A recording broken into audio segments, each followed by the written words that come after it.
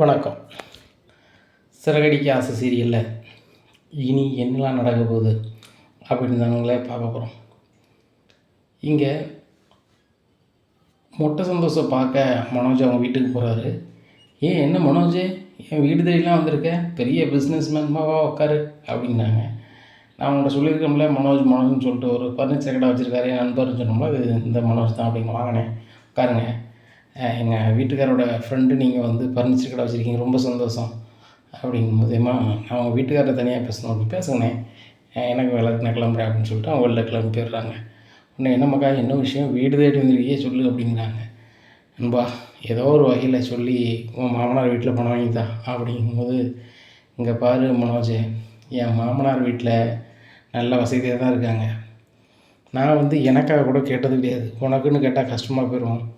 என் வீட்டில் வேலை பார்க்காப்புல, நானும் வேலை பார்க்கணும்னு சீனை போட்டு ஓடிக்கிட்டு இருக்கேன். அதனால் வந்து கேட்டால் சரியாக இருக்காது, நம்ம வேறு யார்ட்டையாவது எதிர்பார்க்கலாம் அப்படின்னு சொல்லி ஒரு சாமியார்ட்ட கூப்பிட்டு வராங்க. என்னாச்சு, நம்மளுக்கு வேண்டிய ஆள் தான், நீங்கள் கொடுத்து உதவுங்க, என்ன பணம் கையில் தந்துடுவோம் அப்படிங்கும்போது, தம்பி பேரில் வேறு என்ன சொத்து இருக்குது அப்படிங்கிறாங்க. கடை மட்டும்தான் இருக்குது அப்படிங்கிறாங்க. கடை மட்டும்தான் இருக்குன்னா ஒன்றும் பண்ண முடியாது, அந்த கடையே வந்து சரியாக வருமானம் வரல, அதை டெவலப் பண்ணணும் மாதிரி தான் இருக்கீங்க. அதுபோக அதில் நீங்கள் 30 லட்ச ரூபாய்க்கு மேலே கடனாக இருக்குங்க. அதனால் கடையை நம்பிலாம் தர முடியாது, வேறு ஏதாவது சொத்து ஒரு பேரில் இருந்துச்சுன்னா உடனே கொடுக்கலாம், எத்தனை லட்சம்னாலும் கொடுக்கலாம். சந்தோஷே, இனி வித்து உனக்கு தெரியுங்களா, நீ ஒரு 2-3 பேரை கூப்பிட்டு வந்த, அந்த 3 பேருக்கு நான் கொடுக்க தானே இருந்தேன் அப்படிங்கிறாங்க. ஆமாம் சாமி அப்படிங்கிறாங்க. சரி ரைட், நான் கூப்பிட்டு போகிறேன் அப்படின்னு சொல்லிட்டு வெளில கூப்பிட்டு போயிட்டுட்டே, மனோஜ் வேறு வழி இல்லை, நீ பேசாமல் உன் சொந்தக்காரே தான் போய் வெயிட்டாக இருக்காங்களா, அவங்ககிட்ட கேட்க வேண்டியதானே அப்படிங்கும்போது, எங்கள் சொந்தக்காரை பொறுத்த மட்டும் 4 வயல் வச்சுருப்பாங்க. அது கிராமத்தில் விவசாயம்லாம் பண்ணிகிட்டு இருக்காங்க. எங்கள் அப்பாவுக்கு இங்கே பெரிய அளவில் சொந்த எதுவும் கிடையாது. எங்கள் அப்பாவுக்கு ஃப்ரெண்டுமே பெரிய பெரிய ஆட்கள்லாம் கிடையாது, அவர் கூட சேர்ந்த வேலை பார்த்த ஆட்கள் தான். அவங்களும் ரொம்ப கஷ்டப்படுதாங்க, யாரும் தரமாட்டாங்க, வேங்குத அளவுக்கு பெரிய ஆள்லாம் இல்லை அப்படிங்கும்போது, என்னையா நீ, உன் தம்பி பொண்ணு எடுத்துருக்கானே ரவி, அது எவ்வளோ பெரிய இடம் தெரியுமா, அவருக்கு கேரளாவில் ஏகப்பட்ட சொத்தான், பல போட்டில் இருந்து அவங்களுக்கு பயங்கரமாக ஓடுதான் அப்படிங்கும்போது, அது ஓடுது, அவங்க நல்ல வசதி தான், அந்த வசதி மாதிரி வீட்டில் நான் கல்யாணம் பண்ணி பிடிச்சிருந்தோம்னா எங்கேயோ போயிருப்பேன். என் தம்பி எதுக்கும் ஆகாதவன், அதுபோக முத்து சொல்ல கேட்டுக்கிட்டு நான் சுயமரியாதையோடு இருப்பேன், அப்படி இருப்பேன் இப்படி இருப்பேன்னுட்டு கஷ்டப்பட்டு கிடக்கான். எனக்கும் 5 காசு வாங்கி தர மாட்டாங்க அப்படிங்கும்போது, உன் தம்பிகிட்ட சொல்லி பேசி பார்க்க வேண்டியதானே அப்படிங்கும்போது, அது வாய்ப்பே இல்லை, முத்து மாதிரி வரி வரியாக விளம்பரத்துக்கு பேசுன மாதிரி பேசிக்கிட்டு இருப்பான், அது லாயக்கப்படாது அப்படிங்கும்போது, அப்போ நீ என்னையா பண்ண போகிற, பேசாமல் நீ போய் பேசி பார்க்க வேண்டியதானே அப்படிங்கிறாங்க. நான் பேசினா அவங்க பேசுவாங்களா அப்படிங்கிறாங்க. நான் வரையாப்பா அப்படின்னு சொல்லிட்டு அந்த வாசுதேவன் வீட்டுக்கு போகிறாங்க. போய் சொல்லி விட்றாங்க வாட்ச்மன்ட்ட, இந்த மாதிரி நீங்கள் பொண்ணு கொடுத்துருக்கீங்கள, அவங்கள இந்த பையனோட அண்ணனும் அவர் ஃப்ரெண்டும் வந்திருக்காங்கன்னு சொல்லுங்கள் அப்படிங்கிறாங்க. சொன்னோன்னா உள்ளே வர சொல்கிறாங்க. அப்போது வாங்க அப்படிங்கிறாங்க. என்ன விஷயம் வந்திருக்கீங்க அப்படிங்கிறாங்க. உடனே சுதா வந்து காஃபி கொடுக்காங்க, 2 பேத்துக்குமே குடிக்காங்க, காஃபி குடிக்காங்க. குடிச்சிட்டு, உங்கள் பெரிய மருமகன் மட்டும் கொஞ்சம் பேசணுமா, கேட்க வைக்கப்பட்டுக்கிட்டே இருந்தார், அதான் சரி வாங்கன்ட்டு கூப்பிட்டு வந்தேன், தொழில் பண்ணுறாப்புல, பெரிய ஆளாக வந்துடுவாப்புல, உங்களுக்கு நம்பிக்கை, எனக்கு நம்பிக்கை இருக்குது, நீங்களும் நம்புங்க அப்படிங்கிறாங்க. நம்பணுமா அப்படிங்கிற வாசுதேவன், இல்லை அவருக்கு கொஞ்சம் கடனாகி போச்சு அப்படிங்கும்போது வாசுதேவன் திருதுன்னு முடிக்காங்க. அப்போ சரி அதுக்கு நான் என்ன பண்ணணும் அப்படிங்கும்போது, நீங்கள் கொஞ்சம் பணம் கொடுத்து உதவுங்க, மனோஜ் கொஞ்சம் கொஞ்சமாக தந்துடுவார் அப்படிங்கிறாங்க. அதுக்கு நான் பொறுப்பு அப்படிங்கிறாங்க. சுதா கொஞ்சம் வா அப்படின்னு சொல்லி தனியாக கூப்பிட்டு பேசுகிறாங்க. மனோஜ் பணம் வந்துடும், ஒன்றும் பிரச்சனை கிடையாது அப்படிங்கிறாங்க. சுதா வராங்க. ஏங்க நம்ம எதுக்குங்க பணம் கொடுக்கணும், நம்ம மாப்பிள்ளையே தொழில் பண்ண பணம் வாங்க மாட்டேன் அப்படி அப்படின்னு சொல்லிக்கிட்டு இருக்காரு. இந்த மனோஜ் வந்து பணக்காரின்னு சொல்லி இந்த ரோகிணியை கல்யாணம் முடித்தான், அந்த ரோகிணி வந்து ஒன்றும் இல்லாமல் இருந்திருக்கான், அதனால் இங்கே வந்து நிற்கான் அப்படிங்கும்போது, சுதா நம்ம எப்படி இல்லாமல் இந்த சுருதியை வீட்டோட கொண்டு வரதுக்கு பார்த்தோம், நடக்கலை. ஆனால் நம்ம வந்து இவங்களுக்கு பணம் கொடுத்தோம்னா கண்டிப்பாக நம்ம அதுக்குள்ளே வேலையை பார்க்கலாம் அப்படிங்கும்போது, என்னங்க சொல்கிறீங்க, லட்சக்கணக்கில் கேட்காங்க, அப்படி கொடுக்கணுமா அப்படிங்கிறாங்க. சுதா ஆகா கொடுக்கலாம், ஒன்றும் பிரச்சனை இல்லை, கொடுக்கறதுக்கு கடையை எழுதி வாங்கிடுவோம், அப்படி ஓவராக வியூ பண்ணாங்கன்னா கடை நம்மளுக்கு அப்படிங்கிறாங்க. ஏங்க இது எப்படிங்க நீங்கள் சாதிக்க போகிறீங்க அப்படிங்கும்போது, ஒன்றும் பிரச்சனை இல்லை, இந்த மாதிரி கடை வந்து நீங்கள் தான் நடத்த போகிறீங்க, பணத்தை தந்துடுவேன், கொஞ்சம் கொஞ்சமாக தாங்க மருமோனன்றுவேன், 4 நாள் கழித்து ஆட்களோட போய் கடை எங்கட வெளில போ அப்படிங்கும்போது நேராக அண்ணாமலைட்ட போவோம். அண்ணாமலைட்ட போய் நடந்ததை சொல்லுவாப்புல, சொல்லும் போது அவர் நியாயம் கேட்டு வருவார். எப்பா கடையை எழுதி வாங்கிட்டு பணத்தை கொடுத்து அனுப்பியிருக்கேன், கடை எனக்கு. அப்படி இல்லை கடையை நான் தரணும் அப்படின்னா சுருதி ரவியும் எங்கள் வீட்டோட அனுப்புங்க, எனக்கு ஒத்த வேண்டாம், அப்படியே உங்கள்கிட்ட திருப்பி தந்துடுதேன். பணத்துக்காக தானே என் மகளை கல்யாணம் முடிச்சு வச்சுக்கோங்க அப்படின்னு சொல்லிடணும். அப்படிங்கும்போது எங்கே செம ஐடியாங்க அப்படிங்கிறாங்க. இது ஒரு வாய்ப்பு நம்மளுக்கு, நம்ம அப்படி தானே பண்ணணும் அப்படிங்கிறாங்க. அப்புறம் 2 பேரும் வராங்க. என் வீட்டை மட்டும் கேட்டேன், எனக்கு உங்கள் சிந்தனை, சரி சொந்தக்கார வீட்டில் கொடுக்காம யார் கொடுக்காதது, உங்களுக்கு கடன் எவ்வளோ இருக்குது, எவ்வளோ வேணும் அப்படிங்கிறாங்க. உடனே மனோஜ் திருதுன்னு முடிக்காரு. சரி ரைட்டு, எனக்கு ஒரு 40 லட்ச ரூபா தந்தீங்கன்னா சரியாக இருக்கும் அப்படிங்கும்போது, 30 சில்லறை தானே கடன் சொன்னீங்க அப்படிங்கிறாங்க. இல்லை கடைக்கு கொஞ்சம் பொருள் போட வேண்டியிருக்கு, அதில் வர லாபத்தை கொஞ்சம் கொஞ்சமாக உன்ட்ட கொடுத்து நான் கழிச்சிருவேன் அப்படிங்கும்போது, நான் வட்டி எவ்வளோ தரணும் அப்படின்னு கேட்குறாரு. ஒன்றுமே தர வேண்டாம், ஏங்கின படத்தை கொஞ்சம் கொஞ்சமாக கொடுத்துருங்க மருமகனே அப்படின்னு சொன்னால் இங்கே சிரிக்க வந்தது. உடனே எப்போ தருவீங்க அப்படிங்கும்போது, தப்பாக நினச்சிக்காதீங்க, நான் எதுவுமே பேப்பர்லாம் கொடுக்க மாட்டேன், நாளைக்கு யார் கொடுத்தா வச்சான்னு வரக்கூடாது, அதனால் ஒரு பேப்பரில் நான் எழுதி வச்சுருக்கேன், அதில் நீங்கள் எழுத்து போட்டு வாங்கிட்டுங்க அப்படிங்கிறாங்க. ரைட்டு அப்படிங்கிறாங்க. மறுநாள் காலையில் ரெடி ஆகுது. அந்த பேப்பரை படித்து பார்த்து எழுத்து போட மனோஜ் அப்படிங்கும்போது, இல்லை பணம் வருதில்லை அப்படின்னு சொல்லி 40 லட்ச ரூபாய்க்கு எழுத்து போட்டுருக்காரு. அதில் என்ன கொடுத்துருக்கு அப்படின்னா, 4 நாளில் நான் கடையை காலி பண்ணிடுவேன், என் கடை நீங்கள் நடத்தலாம், 4 நாள் மட்டும் நான் இருப்பேன், இனிமேல் கடை உங்களுக்கு 40 லட்ச ரூபாய்க்கு வச்சுக்கொண்டு என் கடையாக்காக அப்படின்னு சொல்லி எழுதியிருக்கு. அதெல்லாம் இவர் பார்க்கவே இல்லை. பணத்தை வாங்கிட்டு கடங்காரங்க செட்டில் பண்ணி பொருளெல்லாம் வாங்கி ஜம்முன்னு போட்டுருந்தாங்க. ரொம்ப தோரணையாக இருக்காங்க. வீட்டுக்கு போகும்போது ஸ்வீட் எல்லாம் வாங்கிட்டு போகிறாங்க. அங்கே வேறு சுருதி அப்பா யார்ட்டையும் சொல்ல மாட்டேன்ட்டாரே, ரொம்ப சந்தோஷம் அப்படின்னு சொல்லிட்டு வீட்டில் பயங்கர ஹாப்பியாக இருக்கார். என்னடா மனசு ரொம்ப சந்தோஷமாக இருக்கு அப்படிங்கம்மா, கடனை பூரா அடைச்சிட்டேன் அப்படிங்கும்போது வீட்டில் எல்லோரும் முழிக்காங்க. டேய் அப்போ அந்த கதிர்கிட்ட அந்த பணத்தை வாங்கிட்டியா அப்படிங்கிறாங்க. அதெல்லாம் வாங்கலை, வந்த லாபத்தில் நான் கடனை பூரா அடைச்சிட்டேன் அப்படிங்கிறாங்க. ஹேய் ஒரே நாளில் எப்போ வந்துடும் அப்படிங்கிறாங்க. 2 நாளில் வந்துச்சு கொடுத்துட்டேன் அப்படிங்கும்போது, மனோஜ் என்னடா சொல்கிற அப்படிங்கிற. ஆமாம்மா எல்லா கடனையும் அடைச்சிட்டேன் அப்படிங்கும்போது விஜயா பயங்கர தோரணை.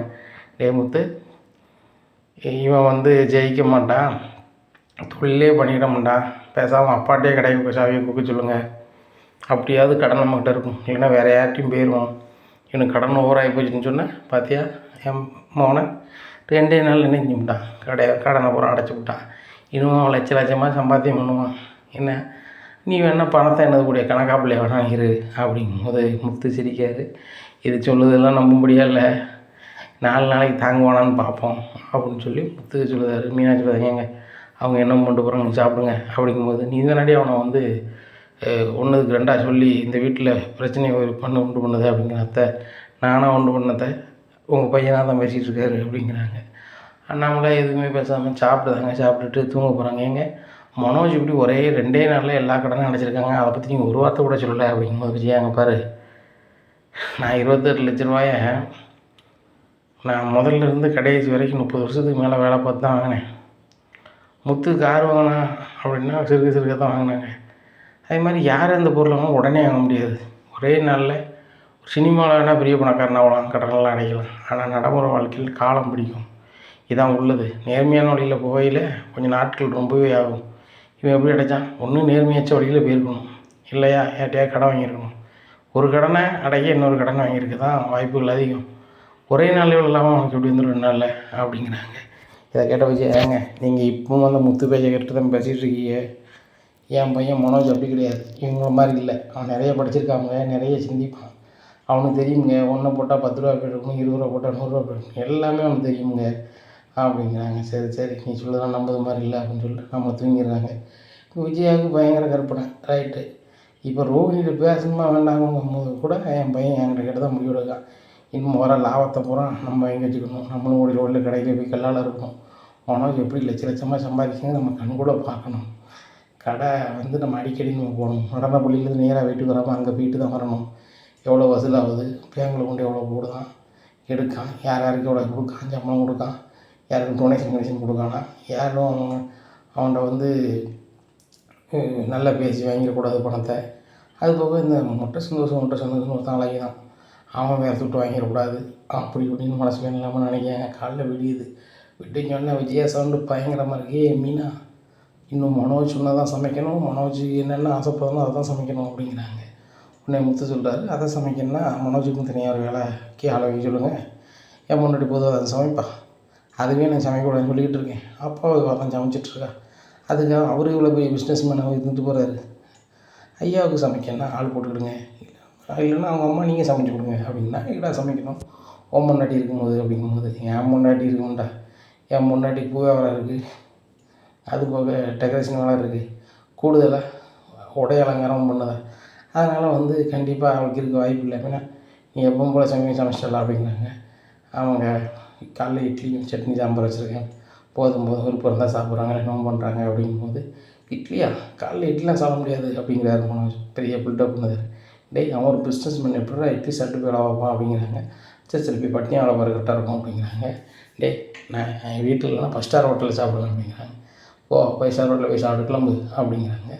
பாருங்க இந்த முத்து வந்து அவன் முன்னாடி சமைக்கூடாது வைக்கூடாதுன்னு சொல்கிறான், அவனும் இட்லி தான் சமைச்சு வச்சுருக்கான் அப்படிங்கும்போது இட்லி சாப்பிட்டா தான் நல்லதுன்னு எல்லோரும் பெரிய ஆளுக்கெல்லாம் சொல்லுதாங்க. அதை எல்லோரும் தேடி திரும்பி சாப்பிடுதாங்க. இட்லி சாப்பிட மாட்டேங்கிங்க, அதான் ரொம்ப நல்லது, கொதிய நிலையில் வருது அப்படிங்கிறாங்க.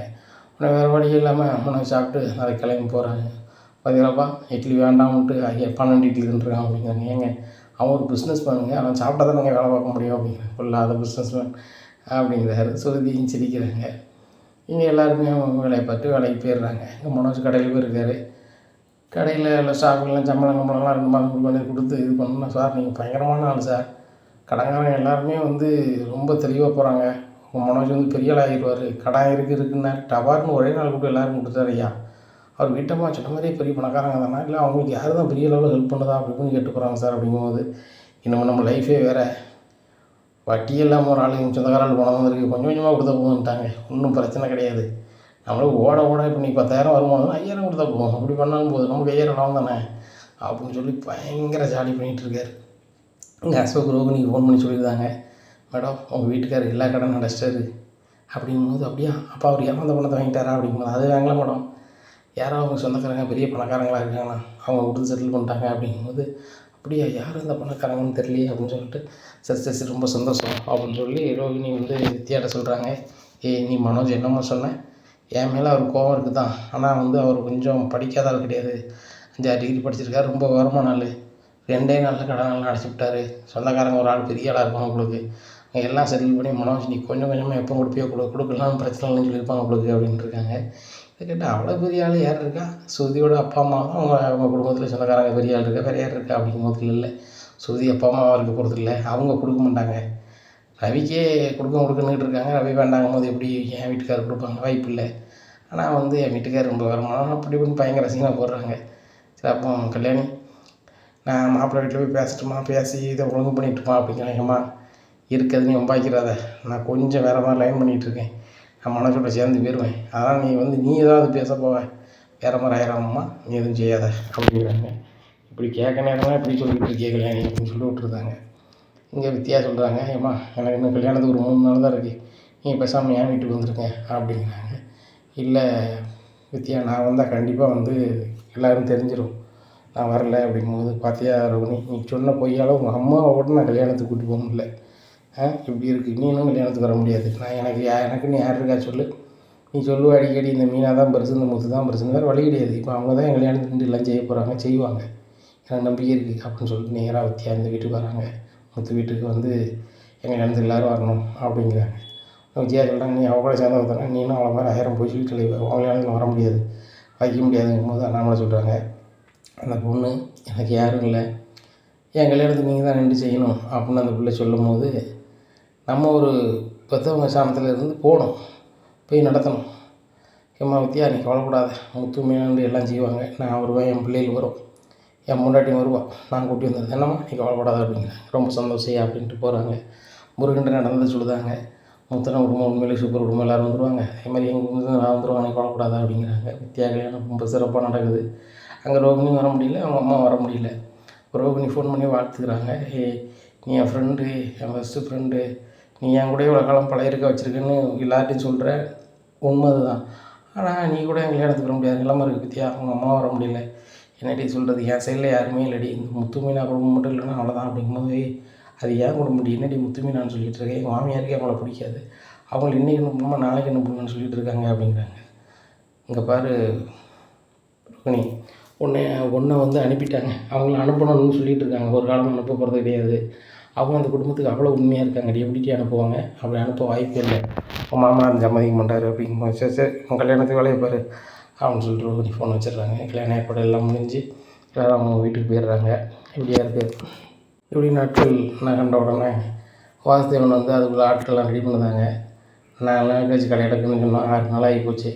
ஸோ மேட்ச் ஆரம்பிச்சிட வேண்டியதானே அப்படிங்கிற. ஆமாங்க ஆரம்பிச்சிடுவோம் அப்படின்னு சொல்லிட்டு ஒரு 10 15 பேரை கூப்பிட்டுக்கிறாங்க. கூப்பிட்டு நேராக மனோஜ் கூடக்குள்ளே போகிறாங்க. அவங்க இன்னொன்று அப்படிங்கிறாங்க. வழி விடுங்க அப்படிங்கிறாங்க. யார் வழி விடணும் அப்படின்னு பார்க்குறாங்க. இங்கே சுருத்தியோட அப்பா. நம்ம கடையில் எப்படி ஆடுறான்னு பார்த்தீங்களா இவ்வளோ கூட்டன்னு. எப்பவும் நல்லா இருப்பேன், கொஞ்சம் கொஞ்சமாக உங்களுக்கு பணம் வந்துடுவேன். இன்றைக்கும் உங்களுக்கு ஒரு 20,000 தரலான்னு இருக்கேன் அப்படிங்கிற. அப்படியா, சரி சரி சரி கொஞ்சம் நகலுங்க அப்படிங்கிறாங்க. நகல் அப்படிங்க. நேராக கல்லால் போய் உட்காந்துருக்காங்க. கல்லா எப்படி இருக்குன்னு பார்க்குறீங்க, நல்லா இருக்கா, ஏசிக்க நல்லா உள்ளதா அப்படிங்கிறாங்க. நல்லா உள்ளது இவரை வெளியே அனுப்புங்க அப்படிங்கிறாங்க. என்னங்க சொல்கிறீங்க, எங்கே வெளியே அனுப்பணுமா, இது என் கடை தானே அப்படிங்கிறாங்க. தம்பி அது 6 நாளைக்கு முன்னாடி வாங்கிட, அதை 40 லட்ச ரூபா கொடுத்து என்கிட்ட விற்றுட்டியே அப்படிங்கிறாங்க. என்னையா சொல்கிறீங்க, நான் ஓட்டு விற்கல, ஓட்டு நான் கடன் தான் வாங்கியிருக்கேன், நீங்கள் வட்டி வேணாம்னு சொன்னீங்க, நான் கொஞ்சம் கொஞ்சமாக தரேன்னே அப்படிங்கிறாங்க. அதை படி அப்படிங்கிறாங்க. படித்து பார்க்காங்க. ஆஹா, கடையை விற்று நல்லா எழுதியிருக்கு அப்படின்னு சொல்லிட்டு நீங்கள் பண்ணது தப்பு அப்படி இப்படிங்கிறாங்க. இங்கே பாருங்கள், கடையை விற்றுட்டீங்க, வெளியே கிளம்புங்க, வெளியே போங்க அப்படின்னு. போக முடியாது, வைக்க முடியாதுங்கிறாங்க. உடனே அங்கேருந்தே ஃபோன் அடிக்கிற அதிகாரி வராங்க. தம்பி கடையை விற்றுட்டு 40 லட்சம் வாங்கிட்டேன், இப்போ என்ன பிரச்சனை பண்ணிகிட்ருக்கா, உள்ளே போ அப்படிங்க. 40 லட்ச ரூபாய்க்கு யாராவது கொடுப்பாங்களா, கடை வாங்கினதே நான் எவ்வளோ தெரியுமா, உள்ளே எவ்வளோ பொருள் இருக்குது தெரியுமா அப்படிங்கிறாங்க. தம்பி அதெல்லாம் எங்களுக்கு தெரியாது, நீ வெறும் 5000 கொடுத்தோம்னு எழுதிருந்தாலும் அதான் செல்லும், சரிதானே, நீ வெளியே கிளம்பு அப்படிங்கிறாங்க. இங்கே மனோஜ் வந்து நான் உங்கள் உயரதிகாரம் எங்கேயும் போய் பாரு அப்படிங்கிறாங்க. உயரதிகாரி போய் பார்க்காங்க. அவங்க எல்லாருமே சொல்லிடுறாங்க, தம்பி இங்கே பருப்பாவது பேரை கொண்டு. உடனே ஒன்றுமே முடியாமல் வீட்டில் வந்து ராமாங்கிறாரு. உடனே மனோஜ் என்னடா ஆச்சு, நான் 4 நாளைக்கு முன்னாடி ரொம்ப சந்தோஷமாக இருந்தேன், இப்போ என்னடா ஒரு மாதிரி இருக்கா அப்படிங்கும்போது, இல்லைம்மா அந்த சுருதியோட அப்பாவும் அம்மாவும் இப்படி பண்ணோம் நினச்சி கூட பார்க்கல அப்படிங்கிறாங்க. என்னது நினச்சி கூட பார்க்கல அப்படிங்கிறாங்க. இல்லை அந்த கடையை வந்து எந்த கடையை அப்படிங்க, என் கடையை வச்சுக்கிட்டு கொஞ்சம் பணம் செலவுக்கு அப்பப்போ கொஞ்சம் கொஞ்சம் கொடுன்னாங்க. கடையை நான் வந்து வாங்கிட்டேன்னு எழுதி வாங்கியிருக்காங்க அப்படிங்க. நீ படித்து பார்க்கலையா, அப்போ நான் அவசரத்தில் படிக்கலாமா அப்படிங்க. மொட்டா அப்போ இத்தனை டிகிரி படித்தவங்களுக்கு அறிவு இருக்கா அப்படின்னு சொல்லி விஜயா போட்டு கொடுக்கணும்னு இருக்கும்போது நம்மளை வந்து என்னென்னு கேட்குறாங்க. ஏங்க இவன் வந்து சுருதியோட அப்பாட்டையும் அம்மாட்டையும் இவன் கடையை விற்றுட்டானா அப்படிங்கும்போது அண்ணாமலைக்கு ஒன்றும் ஓடலை. ஏன்னா அவரோட மொத்த உழைப்பில் உருவாக்கப்பட்ட கடை, அவருக்கு ஒன்றும் விடாமல் ஒரு மாதிரி நிற்காது. முத்துவரை என்னாச்சு அப்படிங்கிறாங்க. மீனா கொஞ்சம் தண்ணி தாம்மா அப்படிங்கிறாரு. தண்ணியை கொண்டு கொடுக்காங்க. தண்ணியை குடிச்சிட்டே மனோஜ் என்னடா பண்ண அப்படிங்கிறாங்க.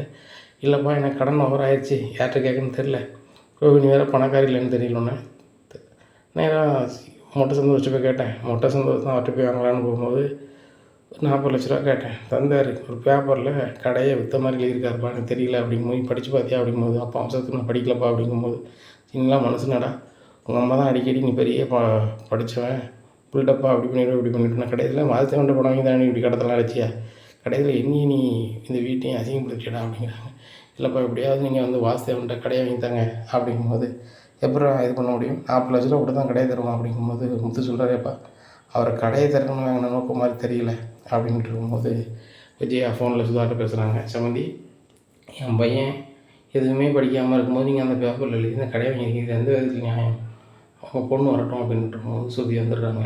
உங்கள் அம்மாட்ட பேசு, நம்ம கடையை உடனே தர சொல்லு அப்படிங்கும்போது, மம்மி என்னாச்சு அப்படிங்கும்போது, ஃபோனை வந்து லவுடில் போடுறி அப்படிங்கிறாங்க. லவுடில் போடுறாங்க. எல்லோரும் ஒன்று சொல்லிக்கிறோம், இந்த கடை எங்கள் பேரில் இருக்குது, இந்த கடையை அந்த குடும்பத்துக்கு கொடுக்கணும், நான் கொடுத்த பணம் எங்களுக்கு வேண்டாம் அப்படின்னா நீங்கள் எல்லோரும் ஒன்று செய்யணும் அப்படிங்கிறாங்க. உடனே முத்து போனவங்க என்ன செய்யணும் அப்படிங்கிறாங்க.